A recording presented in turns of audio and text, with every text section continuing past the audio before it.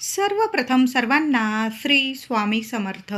स्वामी महाराजांच्या कृपेने तुमच्या सर्व चांगल्या इच्छा पूर्ण होत ही स्वामींचरणी प्रार्थना करते आणि आजच्या व्हिडिओला सुरुवात करते. उद्या शुक्रवार 27 फेब्रुवारी 2026 आमलकी एकादशी आलेली आहे. बघा, आवळ्याचा एक उपाय करायचा आहे. त्याचबरोबर अजून एक दोन उपाय मी तुम्हाला सांगणार आहे. जन्मांची गरिबी जाईल, मुलांच्या काही अडचणी असतील किंवा घरात तुम्हाला अडचणी असतील, बाहेर तुम्हाला अडचणी येत असतील, मग नोकरी असू दे, शिक्षण असू दे, व्यवसाय असू दे, सर्व अडचणीतून तुम्हाला एका रात्रीत नक्कीच मार्ग मिळेल. तर एकादशी ही श्रीहरी विष्णूंना समर्पित आहे. त्याचबरोबर उद्या शुक्रवार सुद्धा आलेला आहे. लक्ष्मी नारायणांची आपल्याला एकत्रित सेवा करायची आहे. तर एकादशी म्हणजे काय? तर एकादशी आहे तरी कोण? तर एकादशी ही श्रीहरी विष्णूंची कन्या रत्न आहे आणि जी व्यक्ती ह्या एकादशीचे व्रत करेल तिला पुण्य प्राप्त होईल. श्री हरी विष्णूंच्या चरणाशी स्वर्गात आपल्याला जागा मिळेल असा वर प्रत्यक्ष श्री हरी विष्णू, श्री ब्रह्मा, माता लक्ष्मीने एकादशी देवीला दिलेला आहे. म्हणून वर्षातून 24 एकादशी येतात, 12 शुक्ल पक्षात आणि 12 कृष्ण पक्षात. त्या सर्व एकादशींचे व्रत जर तुम्ही केले तर खरोखर भाग्यशाली ठराल. नाही जमत, किमान आपण सेवा तर करू शकतो. नाही उपवास वगैरे केला तुम्ही तरीही चालेल. उपवास करत असाल दर एकादशीला तर अतिशय उत्तम. नाही जमत तुम्हाला तर आपण सेवा तर करू शकतो. तर उद्या 27 फेब्रुवारीला आमलकी एकादशी आलेली आहे. ही एकादशी रंगाची एकादशी, रंगांची एकादशी म्हणून सुद्धा ओळखली जाते. या दिवशी सकाळी लवकर उठायचं आहे आणि आंघोळीच्या पाण्यात 1 चमचाभर आवळ्याचा रस टाकून आंघोळ करायचा आहे. महिलांनो, दादांनो, लहान लेकरांपासून मोठ्या व्यक्तींपर्यंत जरूर हा उपाय करा. थोडा का होईना आवळ्याचा रस आपल्याला आंघोळीच्या पाण्यात टाकायचं आहे. कितीही मोठे दुःख, त्रास, रोग, आजारपण असेल, शारीरिक मानसिक त्रास असतील, भगवान श्रीहरी विष्णूंचं नामस्मरण करा आणि आंघोळीच्या पाण्यात आवळ्याचा रस टाकून आंघोळ करायची आहे. लेकरू लहान असेल तरी पण हा उपाय करू शकता. त्याचबरोबर तुम्हाला जर उद्या आवळ्याचं झाड लावायचं असेल दारात, अंगणात तर जरूर लावायचं आहे. तुळस लावायची असेल तर जरूर तुळस लावायची आहे. त्याचबरोबर तुम्हाला उपाय सांगत आहे. उद्या लवकर उठून आंघोळीचा उपाय केल्यानंतर आपल्या घरात, प्रत्येकाच्याच घरात बाळकृष्णाची मूर्ती असतेच आणि असायलाच हवी. असं कुठलं घर नाही, देवघर नाही ज्यात गणपती बाप्पांची मूर्ती आणि बाळकृष्णांची मूर्ती नाही. तर बाळकृष्णांच्या मूर्तीवर गाईच्या दुधाने किंवा पंचामृत तयार करा. दूध, दही, तूप, साखर, मध अगदी छान पंचामृत तयार करा. आधी स्वच्छ पाण्याने, नंतर पंचामृताने किंवा दुधाने, पुन्हा स्वच्छ पाण्याने, अशा पद्धतीने आपल्याला देवांना अभिषेक करायचा आहे. आणि देवांची मूर्ती देवघरात पिवळा कपडा अंथरता येईल तर जरूर पिवळा कपडा अंथरा. तुळशीचं तुम्हाला आसन बनवता येईल किंवा तुळशीचा तुम्ही अभिषेक जरी केला देवांना, छान असा गाईच्या तुपाचा दिवा देवांसमोर लावायचा आहे. झेंडूची पिवळी फुलं असतील तर देवांना जरूर पिवळ्या रंगाची फुलं अर्पण करायची आहे. बघा, एकादशी आणि भगवान श्री हरी विष्णूंची जेव्हा सेवा करतो ना तेव्हा आवर्जून पिवळ्या रंगाचा जास्तीत जास्त उपयोग करावा. म्हणजे पिवळी फुलं, पिवळं कापड अंथरून त्यावर देवांना विराजमान करावं. लहानशी तांदळाची रास जरी केली, त्यावर जरी आपण देवांना विराजमान केलं, स्थापन केलं तरीही चालेल. पण उद्या छान अशी पूजा सेवा करायची आहे. उद्या आमलकी एकादशीला एक छोटासा चंदनाचा तुकडा घ्यायचा आहे. प्युअर चंदन घ्यायचं आहे. तुम्हाला जसं परवडेल ना, लहान मोठं चंदनाचा तुकडा घ्यायचा आहे. एक चंदनाचं लाकूड म्हणजेच तुकडा तुम्हाला महादेवांच्या मंदिरात जाऊन दान करायचं आहे. जरी एकादशी आहे तरी पण महादेवांच्या मंदिरात जाऊन तुम्हाला तिथं ब्राह्मण वगैरे असतील त्यांना आवर्जून सांगा की हे चंदन घसून रोज महादेवांच्या शिवलिंगाला तिलक जरूर करायचं आहे.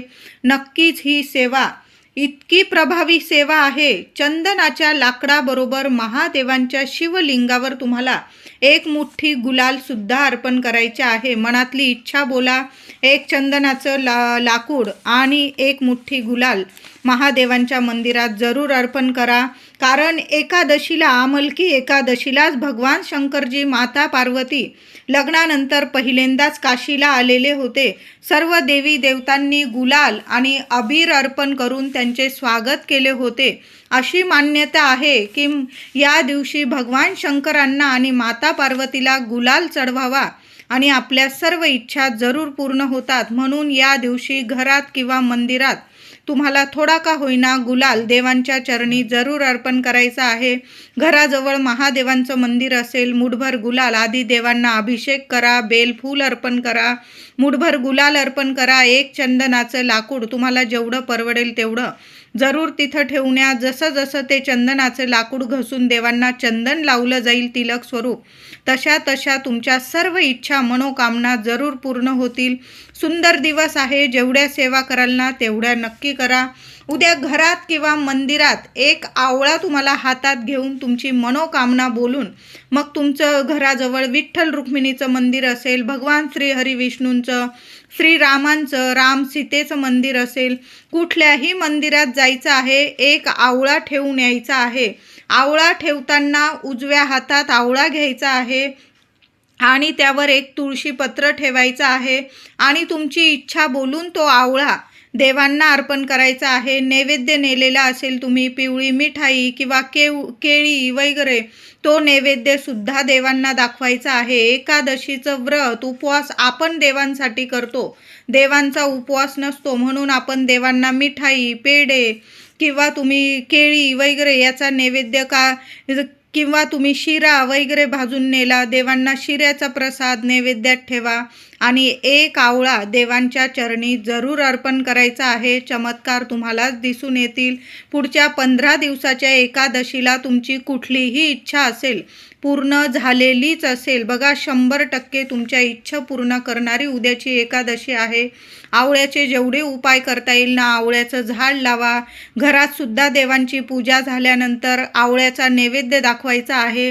फक्त आवळा ठेवू नका, त्याबरोबर गुळाचा खडासुद्धा ठेवायचा आहे. आवळा आणि गुळ अशा पद्धतीने देवांना नैवेद्य दाखवा. देवांना जेवढी तुळस अर्पण करता येईल ना उद्या, तुळस जरूर अर्पण करा. सकाळी किंवा संध्याकाळी श्री विष्णू सहस्त्र नामावली एक वेळा का होईना पठण जरूर करा.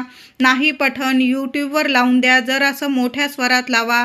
आपल्या वास्तूला, आपल्या लेकरा बाळांना सुद्धा ऐकू द्या. वास्तूला, भिंतींना सुद्धा कान असतात. आपल्या देवांची शुभ तिथींना जेव्हा सेवा करतो, ती सेवा जेव्हा आपली वास्तू ऐकते ना, कायम सकारात्मक राहते वास्तू आणि नेहमी तथास्तु म्हणून भरभरून आशीर्वाद देते. आणि अशा सकारात्मक वास्तूत नेहमी लक्ष्मी प्रसन्न राहते आणि आपली प्रगती होत राहते, भरभराट होत राहते. म्हणून उद्या भगवान श्री हरी विष्णूंची तुळस अर्पण करून पूजा करायची आहे. जेवढी तुळस असेल, 1 पान असो, 1001 पान असो, जेवढी तुळस असेल, ओम नमो भगवते वासुदेवाय नमः, ओम नमो भगवते वासुदेवाय नमः मंत्र जपा आणि देवांना तुळस अर्पण करायची आहे. सकाळी करा, संध्याकाळी करा, पण तुळस जरूर अर्पण करा. उद्या शुक्रवार सुद्धा आहे. माता लक्ष्मीला ओम श्रीम नमः, ओम श्रीम नमः बीज मंत्र, माता लक्ष्मीचा बीज मंत्र पठण करत करत माता लक्ष्मीला कुंकुमार्चन करायचं आहे. त्याचबरोबर उद्या तुम्हाला खिरीचा नैवेद्य दाखवायचा असेल माता लक्ष्मीला तर जरूर दाखवा. तांदळाची खीर बनवू शकता, कारण तांदूळ काही वेळा आपण म्हणजे एकादशीला तांदूळ खात नाही म्हणतात, आपण खाऊ नये, पण देवांना तुम्ही नैवेद्य वगैरे दाखवू शकता. खिरीचा मग तुम्ही शेवयांची खीर करा, रव्याची खीर करा. आपण तांदूळ एकादशीला खात नाही ना, मग आपण तांदळाची न करता शेवयांची करा, रव्याची करा, किंवा तुम्ही दूध साखरेचा नैवेद्य दाखवू शकता.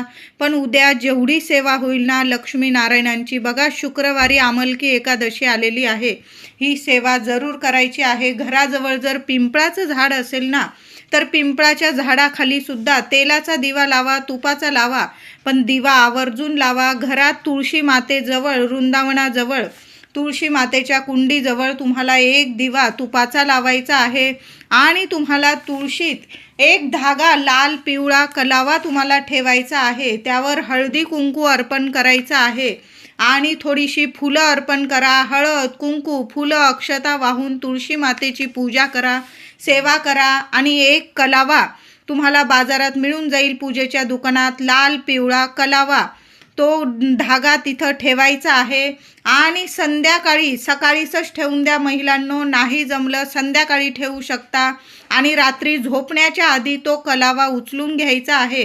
पण कलावा तुळशीत ठेवताना तुमच्या मनातील इच्छा बोलायची आहे.